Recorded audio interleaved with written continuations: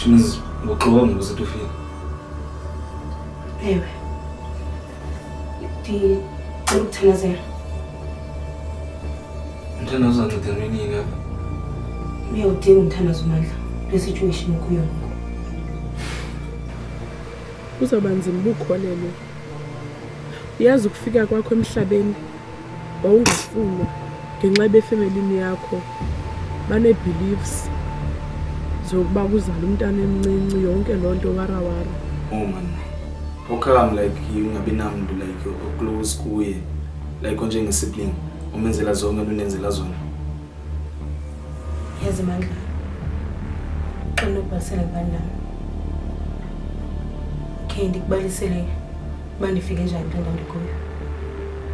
Ndikubalisela ngomuntu onditshintshileyo nabangumuntu nguye ngoku. Wayigqibela 20 years back. Then mina ungigqibele 16 years back. Ithina lento ithethayo ayisound tu ubuxoki bodwa umenemene budibene nje yona into ithethayo. So uthi ndiyaxoka. Uyaxoka ayikho ithethayo. Yonke into ephuma emlonyeni wakho ubumenemene ndiyaza mthenga. Utheni unje akudibene nawe mina usekuxokola Nasipha xoki. into ingxaki yakho. Nasipha phume abemanga bademet. Yeah, ungatsho wethu indimani into yethu complicated. So lonto kithetha uba nakuwe iza etutu. Wena ufuna konje ukhaya into zomthanda khule kunina.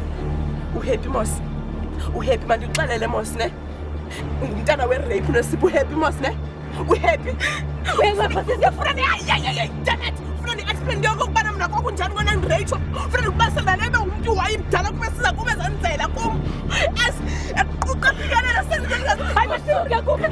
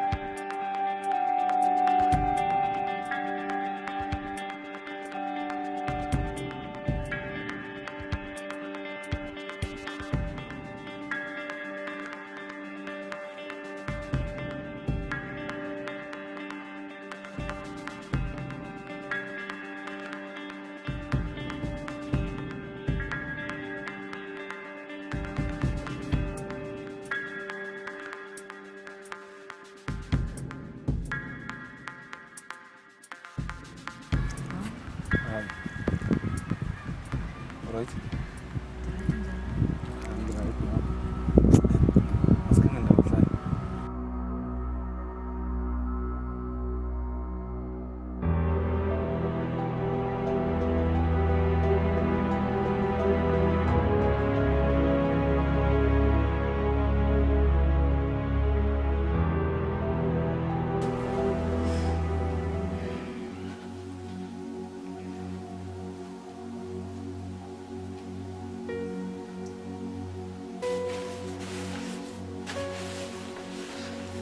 Lizzy, khawulezise manje bezokhululeka.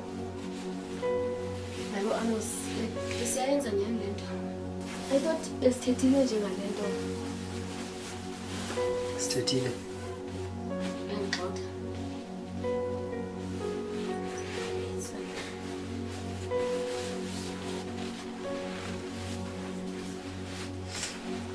Lizzy.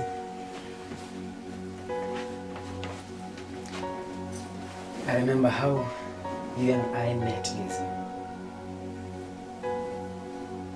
You were so humble, so focused on your studies. Such a dedicated girl. Pretty one.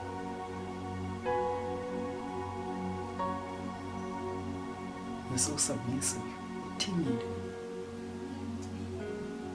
But you changed. What changed, Lizzy? What changed, Lizzy? Hayibo Amos, besingathethanga ngale nto zona. I thought besithethile ngale nto zona. But ngokubona kwami ngathi ke ngixolelanga nangoku silalayo. Ngicela uzoba right, mhlawumbe uzoba right namhlanje but ke ndiyahamba erumini yakho. Cela masewucingile. Cela ucingile nto ofuna uyenza ngoku. Masewucingile wacingisisa. Wayazi uba uyandithanda, yazi uba uzongithola phi. Suba ngibhale isithuluza. Hayi ke ngoku. Mna ngithanda wena. Uyazihlama Lizzy. Uyazihlama sisi. Jonga ngicela ukhawulezise wenze kwena ndiyakuhamba. Khawulezisa futhi uzohamba. Yaki. Understand Lizzy. Ngiyani?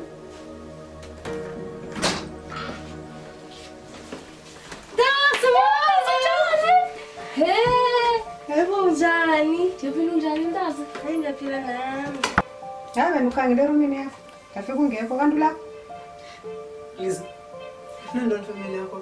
Ifuna ntoni ifamily yakho apha uyaziva? Uyaqala usibona apha le nto sibuza loo nto. Senze ityala ngozobona usister wethu xa esentlungwini esengxaki naso sibuza impambano wena. Singxakini? Lizzy. Singxakini?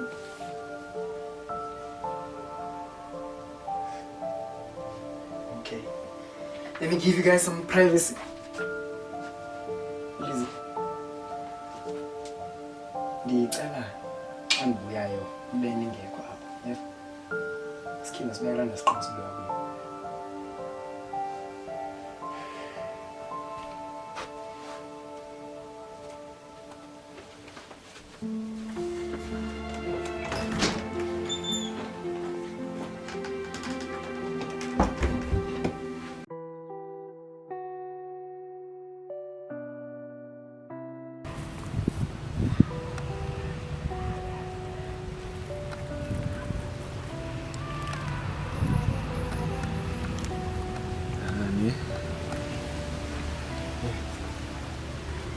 de wafika.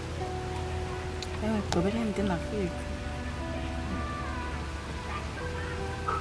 Kuyatshisa mana akuthi Hayi.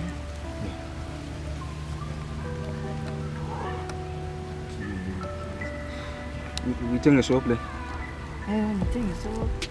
ngiyakufanela sana.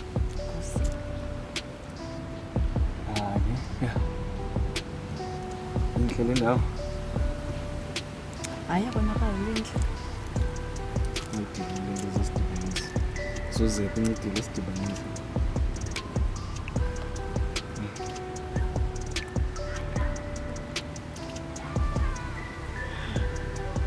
So sizoma apha ke. Yeah? Sizoma kule ndawo. Keni ikonda ubufuna sikuyiwe. Okay. Ipaki singapha sezilele. Okay. Sizoya epakini sizoya. Ngifuna uqale ngikwazi kuqala. Oh. Mina ndingubuntu.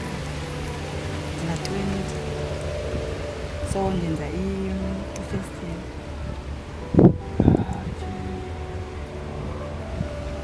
So uza ntoni phaa? Electrical engineer.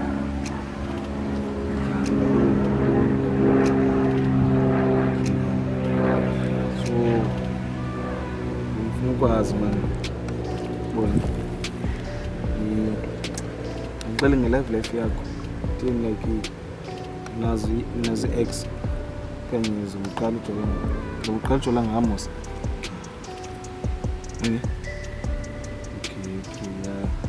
hayi ngiyavuya ke xa uzoqala ujola ngami. Aziyi. Ngicela uba sosuku ujola ngamanye amadoda. Sengqondo uba soze ngikwazi ujola ngawo.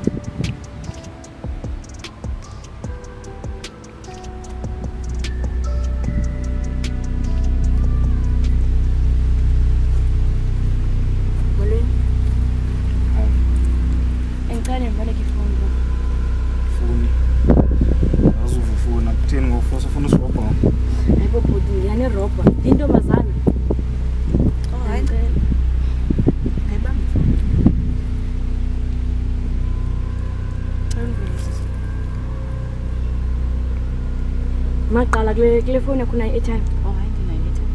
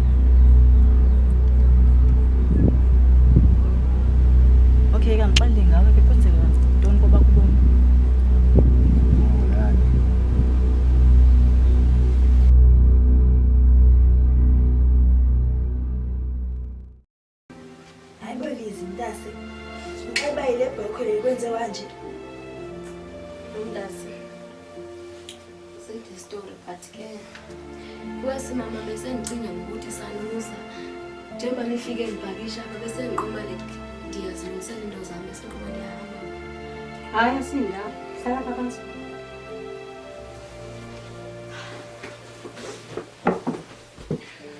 Awutsho Lizzy ndazi sibekwa yintoni yapha? Yintoni le isibeka apha ngoba uthethile efonini but yonke ingase sizivele ngendlela zethu. Into engase singamoshi ixesha sisuke ngapha ekhaya sifika apha singavanti ingase sicacisele. Oh okay ndasenza uchaza. Oh maqala ngibonga ubani lapha yabo. But mama ezibani yazi nonke zange ndinifihle le mose nayenzeke last year. I think izolo asozibani mazi mani usitha ngemnye ichomi yami ihlala kwalapha next door. Usithatha baba yayibonile into eyenzeke last year.